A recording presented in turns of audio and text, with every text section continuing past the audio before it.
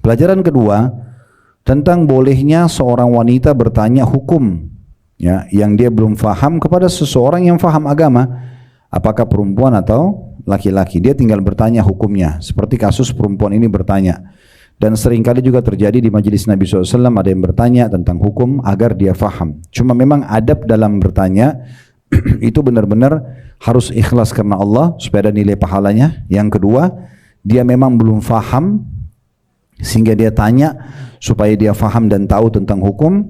Atau yang ketiga, dia sudah faham, pernah dengar, tapi untuk memastikan, dan tidak ada sama sekali niat untuk menguji pematerinya ya. Karena Nabi SAW mengatakan itu salah satu hal yang bisa membinasakan orang kalau dia bertanya atau belajar ilmu agama untuk menyaingi para ulama, untuk dibilang dia alim ya. Dia bertanya hanya supaya teman-temannya bilang dia pintar. Nah itu tidak dibolehkan dalam majelis ilmu, betul-betul karena dia mau tahu gitu. Kemudian yang ketiga, bolehnya dalam bertanya hukum agama menyebutkan tentang dosa yang dilakukan. Saya telah berbohong, saya telah berzina, saya telah membunuh. Dia membahasakan bukan untuk membuka aibnya, tapi untuk menanyakan hukum. Nah ini terjadi juga pada kisah kita yang nomor 3 yang lalu, yang orang membunuh 99 jiwa karena dia berkata kepada orang alim atau abid yang dia temui, saya telah membunuh 99 jiwa. Ya, dia sudah mengatakan kepada si alim, saya telah membunuh 99 jiwa, ada taubat gak buat saya? Nah seperti itu. Jadi boleh menyebutkan, tapi ini bukan pengakuan dosa. Ya, beda antara kita orang Islam sama agama Katolik ya. Karena mereka ada pengakuan dosa, kita tidak ada pengakuan dosa. Jadi kalau dosa kita pun pernah lakukan, tutupin antara kita sama Allah Subhanahu wa taala. Jangan malah diekspos ya. Kemudian pelajaran keempat yang bisa diambil, tidak bolehnya buru-buru dalam memberikan fatwa. Kalau ada orang bertanya, terlebih lagi kalau di sekitar kita ada orang yang lebih tahu. Ya, tidak boleh misalnya ibu ditanya, ini gimana hukumnya bu? Ibu cuma tebak-tebak, kayaknya sih menurut saya begini. Nah itu tidak boleh. Kecuali ibu yakin ilmunya benar, ibu sudah pernah pelajari, tahu dalilnya, tahu argumentasinya dan ibu benar, ibu silakan sampaikan. Itu pun kata para ulama, kalau diambil dari kisah ini, di saat memang tidak ada orang yang lebih faham dari kita di situ. Kalau ada yang lebih faham kita bilang silakan tanya kepada sana saja, dia lebih faham misalnya. Ya, ini semua termasuk adab dalam ilmu itu sendiri. Di sini kekeliruan Abu Hurairah karena dia buru-buru memberikan fatwa sementara Rasulullah SAW yang lebih baik dari beliau masih ada, ya, masih ada. Dan usahakan Bapak Ibu sekalian untuk mengatakan saya tidak tahu kalau belum tahu. Tak boleh kita sengaja ngomong sembarangan, padahal sebenarnya itu salah. Ini akan ada pertanggungjawabannya nanti di sisi Allah Subhanahu wa taala. Nah, boleh lebih baik kita bilang saya nggak tahu. Sampai sebagian ulama mengatakan tidak tahu bagi orang yang sedang ditanya itu adalah setengah ilmu. Itu adalah setengah ilmu. Di saat betul-betul kita tidak tahu, maka jangan kita sok pintar karena berbahaya. Sekali kita sampaikan fatwa salah ini bermasalah. Makanya Nabi SAW pada saat Abu Hurairah ceritakan kepada beliau tentang kejadian tersebut, karena Abu Hurairah langsung bilang pada saat wanita itu bilang saya sudah berzina, saya bunuh anak saya. Apakah ada taubat? Abu Hurairah mengatakan tidak ada taubat bagimu, kau telah binasa dan membinasakan. Ini kan langsung membuat orang itu down, dia pikir sudah tidak mungkin lagi dia memperbaiki keadaannya. Ini bisa berefek dua.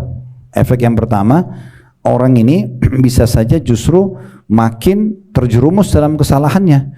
Toh saya tidak akan dimaafkan, udah saya bunuh aja sekalian. Atau saya begini dan begitu aja sekalian. Atau yang kedua, bisa saja kalau dia meninggal di malam itu dan dia tidak bertaubat karena dia anggap fatwa tadi tidak bisa lagi dia bertaubat, maka yang bertanggung jawab justru yang memberikan fatwa. Ya, karena kan tadinya dia harusnya bisa bertaubat. Ini mirip kasus kalau ada temannya ibu-ibu sekalian mau masuk Islam, non muslim misalnya, jangan ditunda.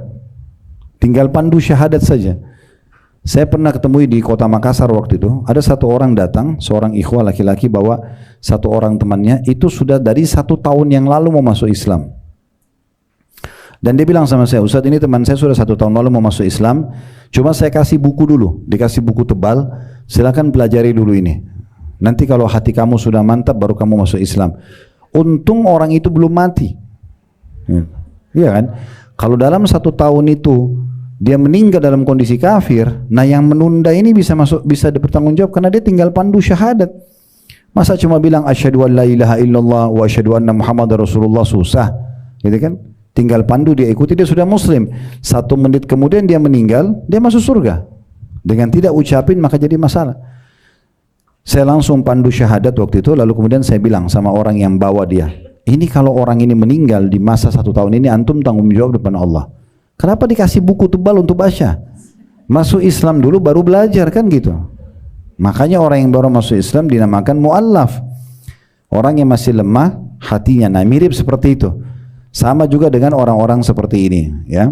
Jadi kita perlu tahu sebesar apapun dosa seseorang, Allah itu Maha Pengampun, ya. Ini kita ambil pelajaran kelima dari kisah ini adalah bahwasanya rahmat Allah luas dan Allah mengampuni semua dosa. Selama kita belum meninggal dunia, maka bisa bertobat. Dan luar biasanya agama kita ini, Islam tidak pernah melihat masa lalu seseorang. Yang dilihat adalah sekarang ke depan, ya. Seburuk apapun masa lalu seseorang itu tidak dilihat lagi. Orang lihatnya sekarang ke depan. Ini pelajaran yang kelima. Kemudian pelajaran yang keenam, pentingnya seseorang selalu mengucapkan kalimat istirja atau inna lillahi wa inna ilaihi raji'un, ya. Ini tidak diucapkan pada saat kematian saja, tetapi kita ucapkan setiap kali ada hal yang tidak nyaman. Sebagian kaum salaf itu kalau jalan kakinya kena batu aja, inna lillahi wa inna raji'un. Mau keluar rumah misalnya, terus cuaca nggak memungkinkan mendukung dia keluar, cukup dia membaca inna lillahi wa inna raji'un dan seterusnya, ya. Jadi kalimat istirja ini penting. Kata Nabi SAW dalam sebuah hadis yang sahih, siapa yang kalau ditimpa ujian atau musibah kemudian dia baca inna lillahi wa inna ilaihi raji'un, kami milik Allah, kami akan kembali kepada Allah, Allahumma ajurni fi musibati wa akhluf li khairan minha. Ya Allah, berikanlah aku pahala dari musibahku ini dan gantikan aku yang lebih baik darinya, maka Allah akan gantikan musibahnya menjadi kegembiraan atau kesenangan. Jadi selalu baca inna lillahi wa inna ilaihi raji'un, Allahumma ajurni fi musibati wa akhluf li khairan minha. Ini hadis yang masyhur riwayat Bukhari. Ummu Salamah radhiyallahu anha, istri Nabi SAW, beliau waktu suaminya meninggal, Abu Salamah, awal-awal Islam, Abu Salamah ini orang yang sangat soleh, ya. Dia di awal-awal Islam itu bersama dengan Abu Bakar, bersama dengan sahabat-sahabat Nabi yang mulia. Waktu dia meninggal, Ummu Salamah karena merasa masih muda dan dia ingin ada pendamping lagi, tapi di saat itu umat Islam masih dihitung jari jumlahnya, karena di awal-awal Islam di fase Mekah.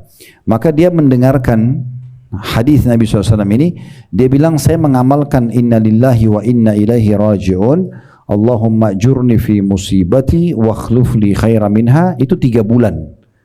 Dia bilang saya amalkan terus, selalu saya baca, dan saya bertanya-tanya kira-kira siapa yang lebih baik daripada Abu Salamah. Setelah 3 bulan dia bilang, saya melihat keajaiban doa ini karena yang melamar saya adalah Rasulullah SAW. Tentu Rasulullah lebih baik daripada Abu Salamah, otomatis gitu. Nah ini dia praktekin doa itu. Pelajaran yang keenam, tadi yang kelima, yang ketujuh. Istirja yang ke-6.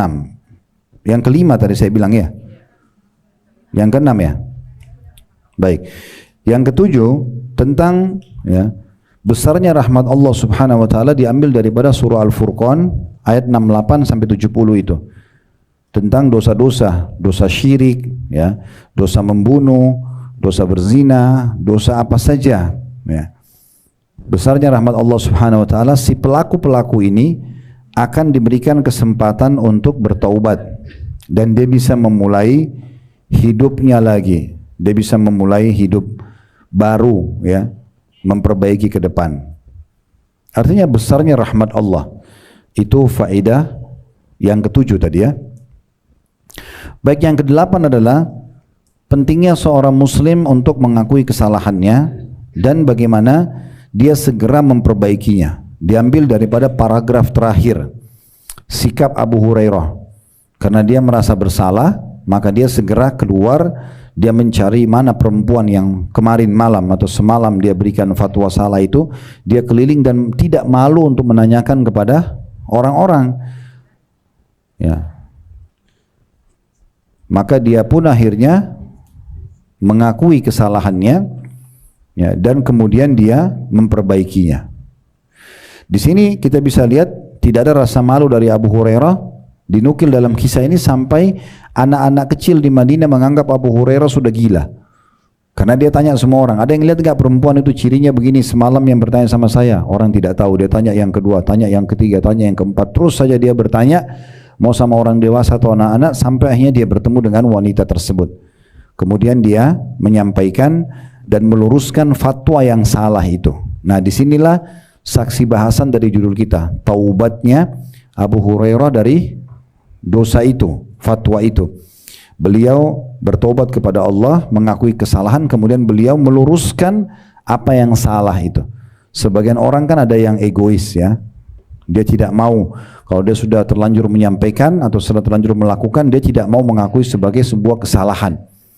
Ya, dia punya perasaan, ya, ego, nggak mau sama sekali mengakui. Dan ini tidak boleh dalam Islam.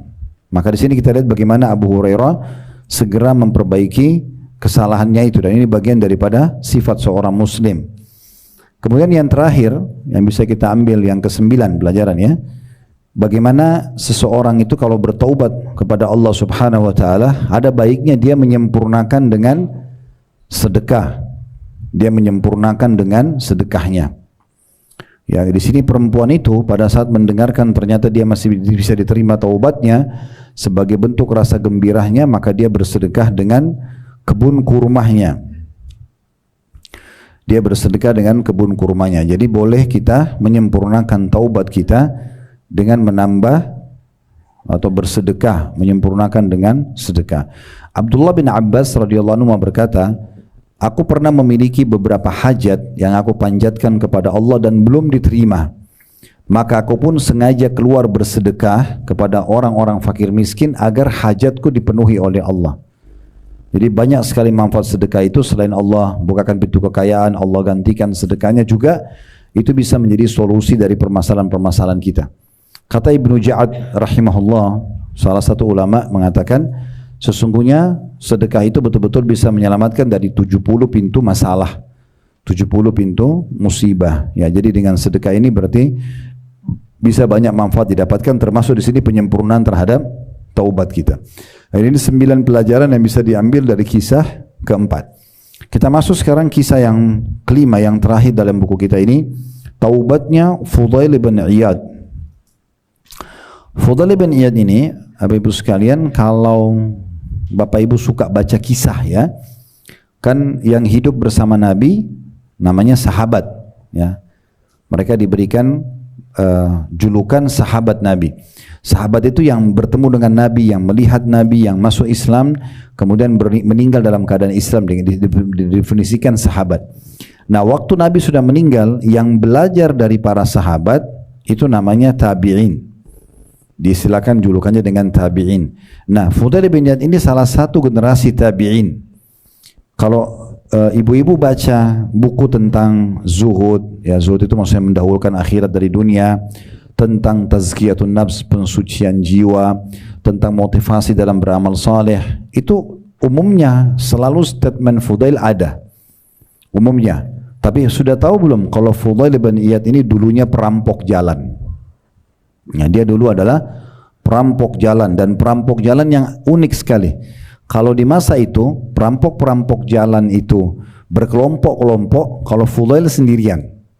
Ya, artinya dia sangat kuat secara fisik, sangat berani, dan sangat terkenal. Ada satu lokasi dia kuasai, seperti preman lah kalau kita, ya.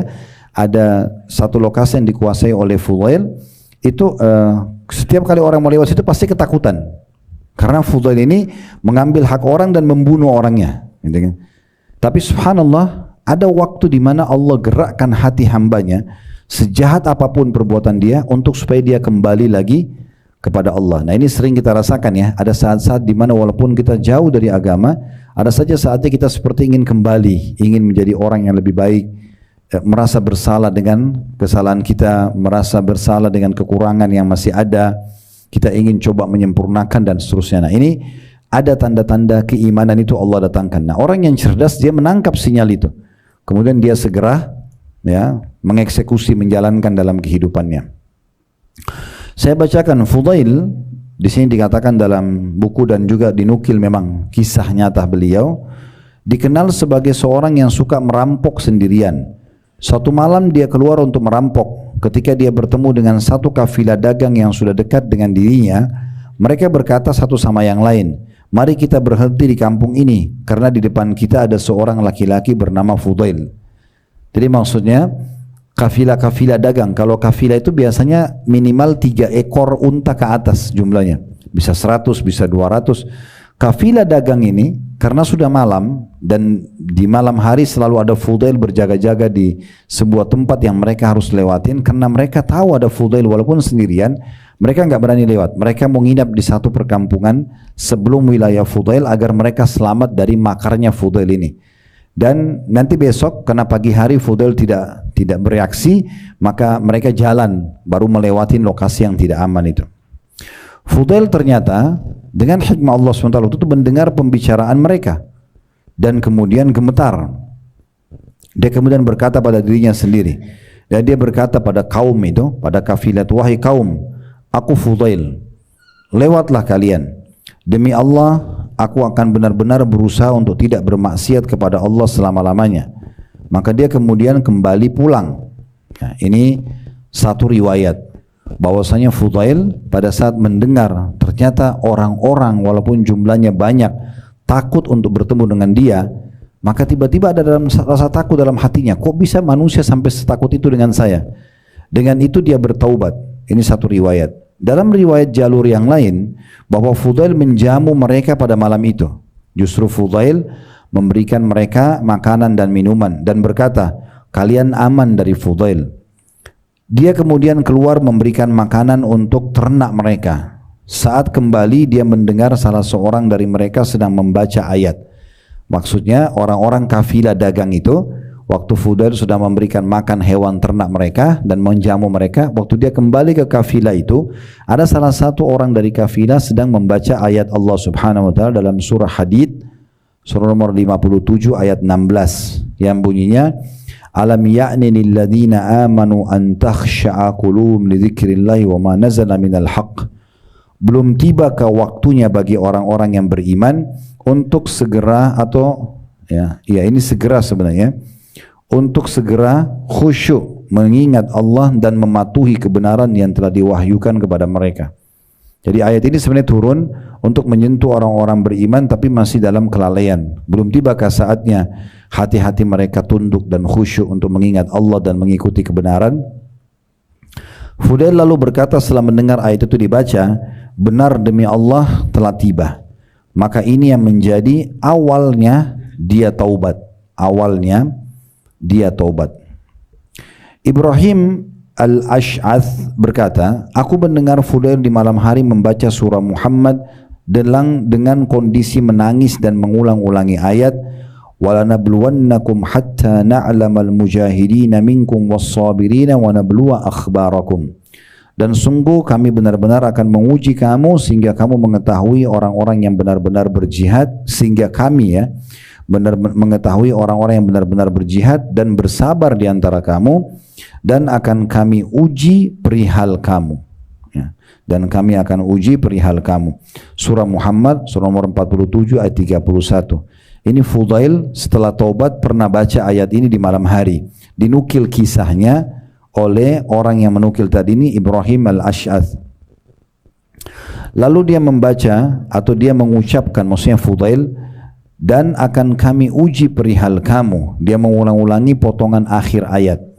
Dia terus mengulang-ulanginya lalu berkata, "Dan engkau akan uji perihal kami.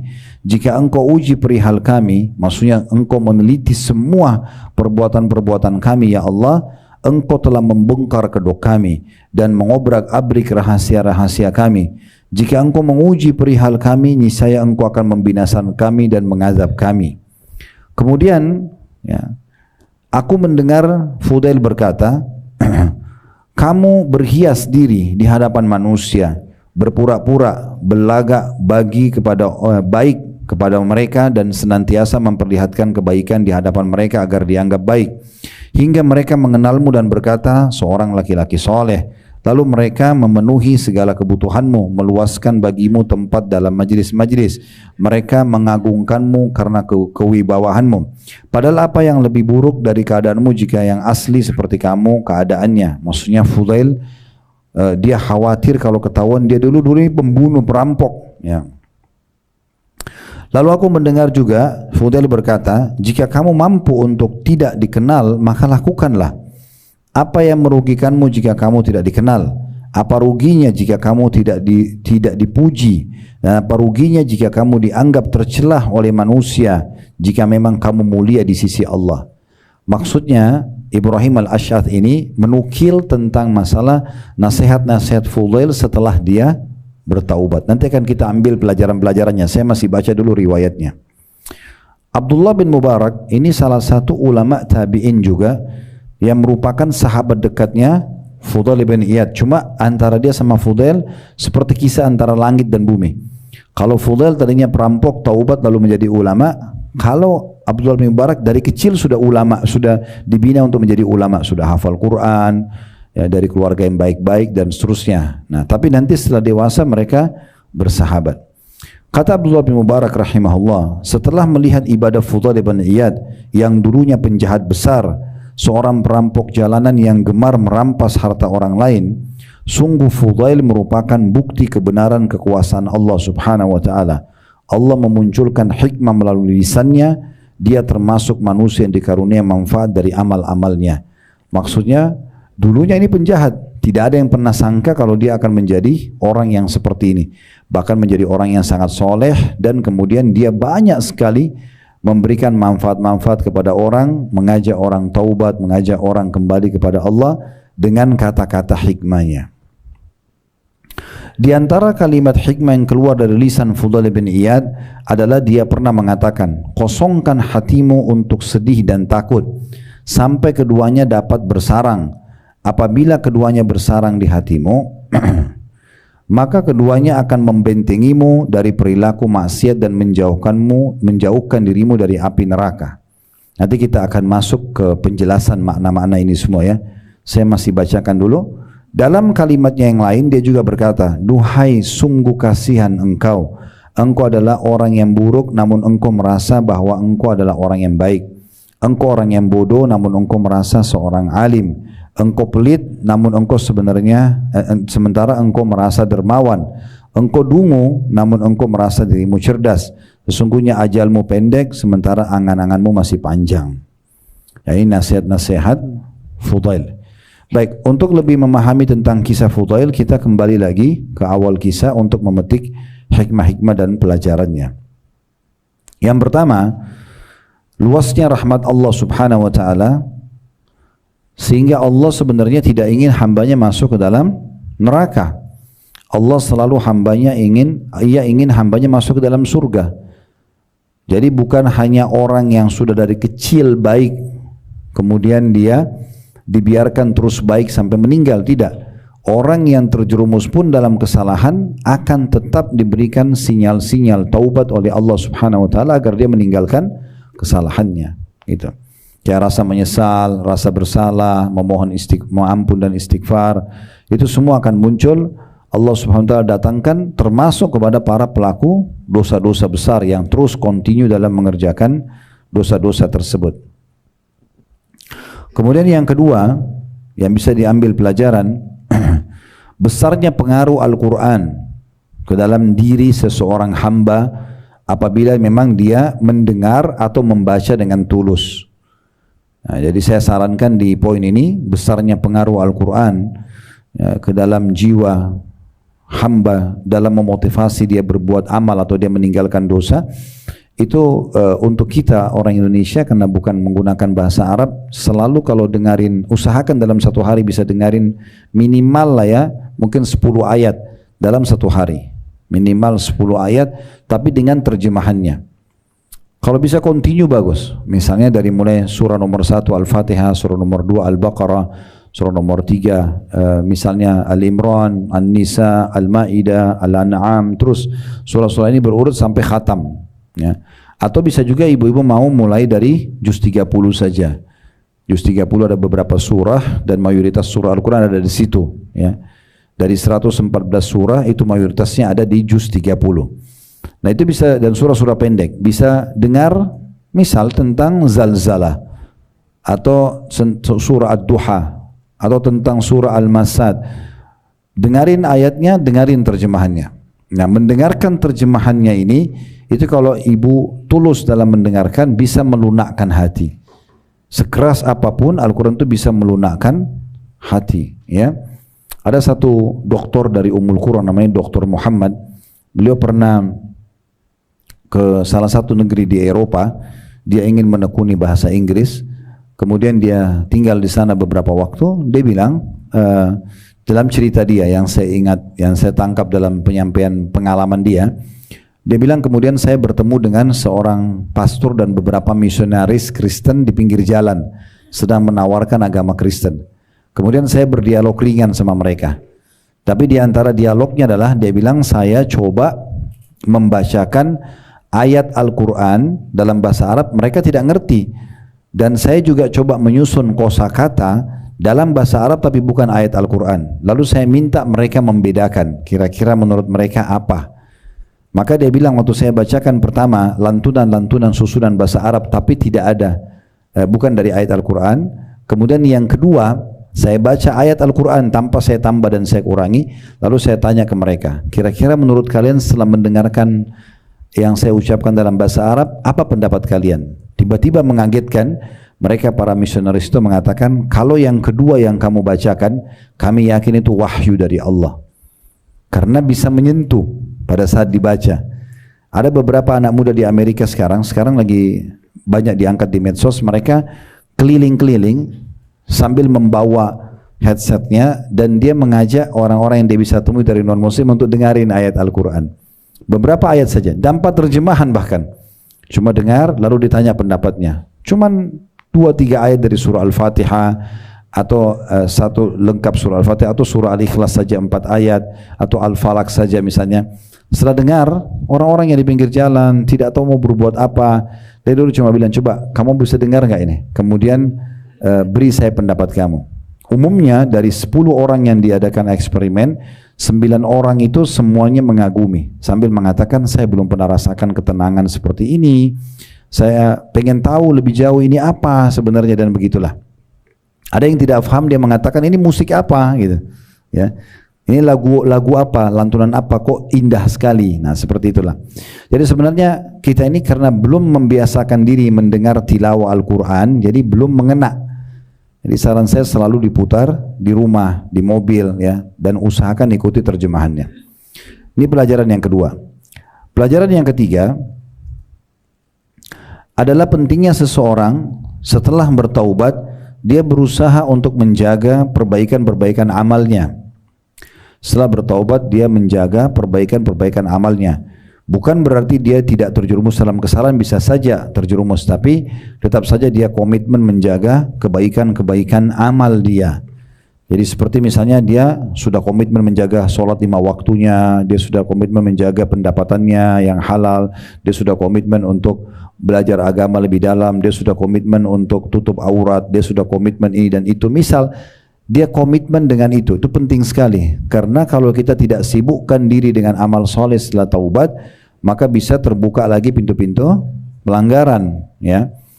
Jadi ini pelajaran yang kita bisa ambil yang ketiga, pentingnya seseorang setelah taubat menyibukkan diri dengan amal-amal soleh. Dan jangan heran kalau misalnya ibu-ibu tadinya belum tutup aurat misalnya, masih terbuka auratnya, atau masih awam belum tahu agama, terus tiba-tiba ikut pengajian. Anggaplah seperti pengajian kita misalnya, itu pengajian yang lain.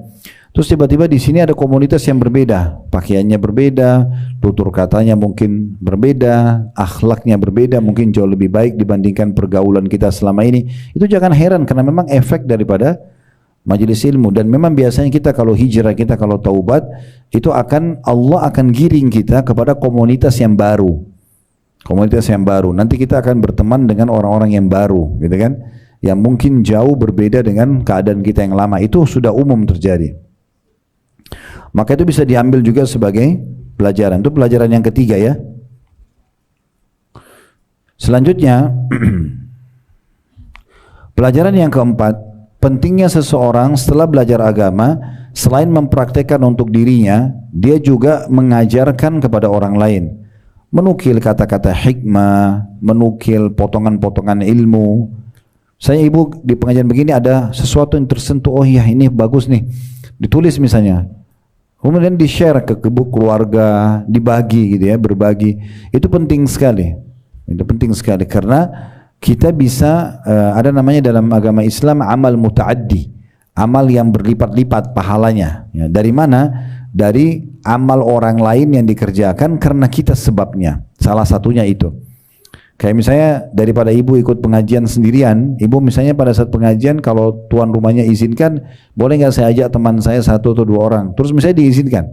Kemudian ikutlah 2 orang itu. Anggap 2 orang ini mungkin masih banyak kelalaiannya. Mungkin sholatnya masih bolong-bolong, mungkin masih ada ini dan itu misalnya.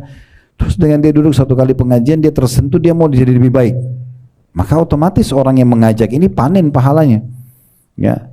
Maka seperti itu. Sebagaimana juga sebaliknya, orang kalau ngajak orang lain justru berbuat pelanggaran-pelanggaran agama, dia akan panen dosa-dosa orang yang pernah diajak sama dia. Nah ini pelajaran keempat yang bisa kita ambil. Nah itu diambil daripada perbuatan Fudail bin Iyad. Dia tidak malu dengan masa lalunya yang perampok, tapi dia terus saja mendalami agama, dia praktekin dalam hidupnya dan dia mulai menukil nasihat-nasihat. Nah inilah nasihat-nasihat dia di sini ya, beberapa nasihat dia gitu. Di antaranya kita lihat di halaman 60 di paragraf kedua. Itu nasihat pertama dia yang dinukil di dalam kisah ini.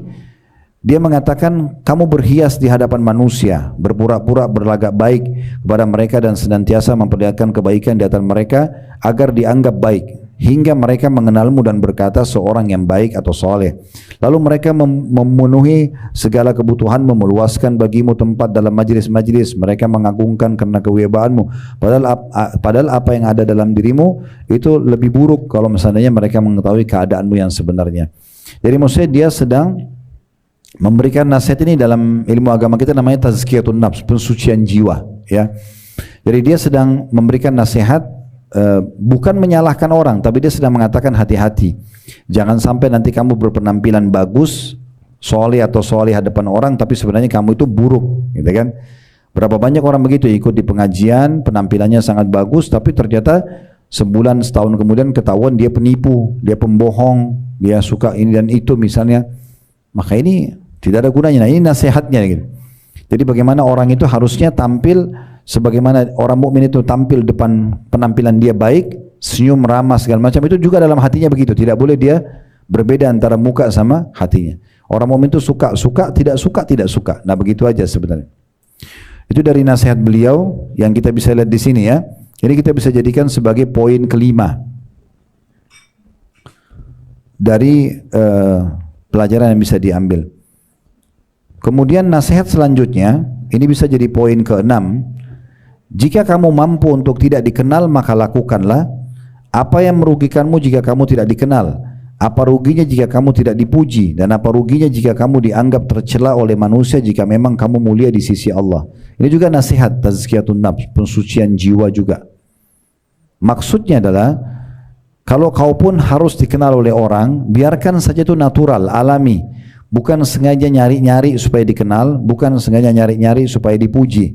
Kalau natural, orang datang puji, orang kebetulan seperti Nabi SAW dipuji, ada sahabat juga dipuji, itu tidak ada masalah. Tapi kalau itu jadi targetnya, makanya jadi masalah.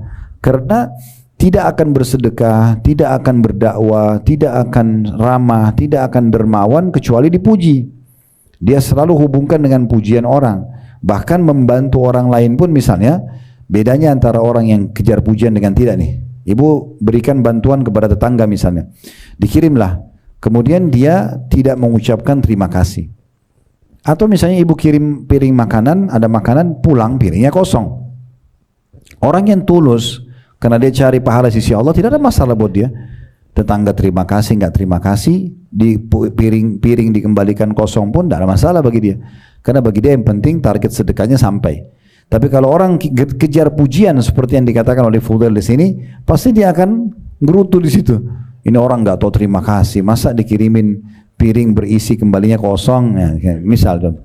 Atau misalnya orang dikasih sesuatu lalu orang itu pergi tanpa terima kasih. Masa kamu nggak ucapin terima kasih sih? Misal contoh. Itu karena yang dia kejar pujian. Nah, Fudail sedang menyinggung itu. Kalau kau sedang bersedekah untuk Allah, berbuat baik untuk Allah, tidak usah kejar pujian manusia. Karena nggak ada ruginya kalau kamu nggak dipuji. Nggak ada masalah dengan pahala yang akan didapatkan. Nasihat selanjutnya, ini berarti poin yang keberapa? 6 kan?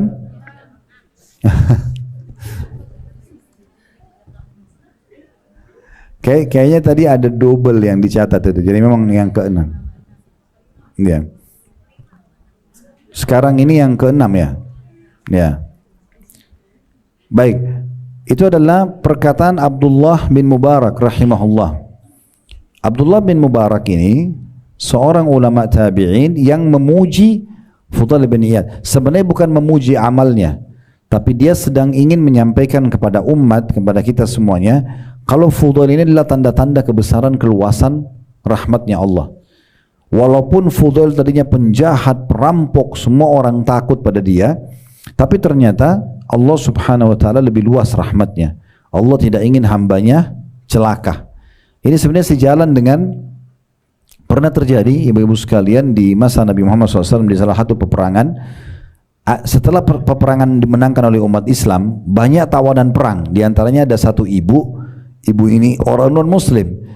Dia kehilangan anaknya di medan perang. Jadi debu lagi berterbangan, cuaca lagi panas banget. Terus ibu ini lagi nyari anaknya di antara kumpulan tawanan anak-anak kecil. Maka Nabi SAW melihat, lalu Nabi bilang kepada para sahabat, lihat ibu ini. Ibu ini rupanya cari, diangkat anak, bukan anaknya ditaruh lagi. Begitu terus sampai dia temukan anaknya. Begitu dia temukan anaknya, dia mendekapnya dan dia tidak ingin melepas. Karena ibu kehilangan anak, dia kira anaknya mati, sekarang ditemukan masih hidup. Maka dia memeluk anak tersebut dengan sangat menjaga, berharap mendekapnya dengan kuat. Maka kata Nabi SAW kepada para sahabat, coba perhatikan, kira-kira kalau kita nyalahkan api unggun, lalu kita minta ibu ini untuk melempar anaknya ke api itu, apakah dia mau? Maka para sahabat mengatakan, tentu tidak ya Rasulullah. Apalagi setelah dia kehilangan anak, anaknya baru didapat. Nggak mungkin kita suruh lempar di api lalu dia suka rela mau lempar anaknya. Kata Nabi SAW, sesungguhnya demi zat yang jiwaku dalam genggaman yang demi Allah, Allah Tuhan kalian lebih sayang kepada kalian daripada ibu itu kepada anaknya. Maksudnya Allah tidak mau kita masuk ke dalam neraka. Sebanyak apapun dosa yang dilakukan, Allah masih terus saja mengirim sinyal-sinyal kepada seorang hamba agar dia segera kembali ke jalannya. Makanya di sini nasihat Abdullah bin Mubarak luar biasa ini. Beliau mengatakan, setelah melihat ibadahnya Fudail bin Iyad yang dulunya penjahat besar, seorang perampok jalanan yang gemar merampas harta orang lain, sungguh Fudail merupakan bukti kebenaran kekuasaan Allah subhanahu wa ta'ala. Allah memunculkan hikmah melalui lisannya. Dia termasuk manusia yang dikaruniai manfaat dari amal-amalnya. Yang terakhir yang kita bisa ambil ada dua nasihat ya. Ini berarti poin ke-7 dan ke-8 ya.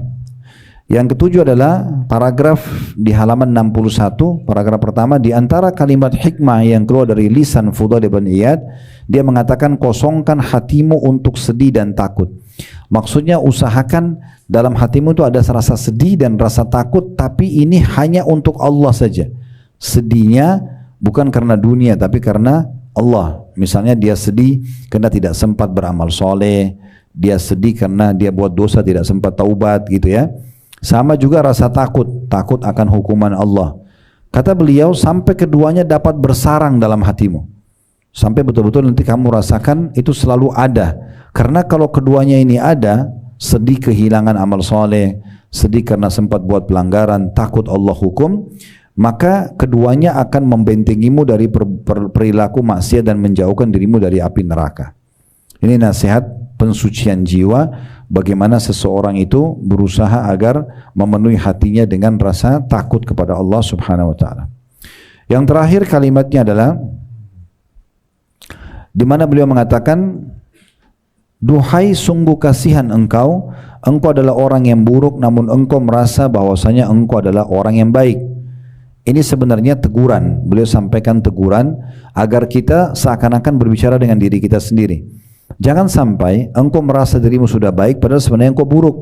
engkau sebenarnya masih bodoh dalam ilmu agama, tapi engkau pikir dirimu sudah alim.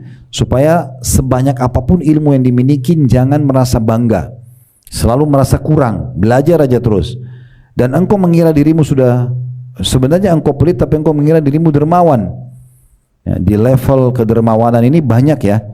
Kalau ibu diminta oleh seseorang, tolong kasih saya, ibu kasih. Kalau diminta, itu belum dermawan namanya, karena diminta.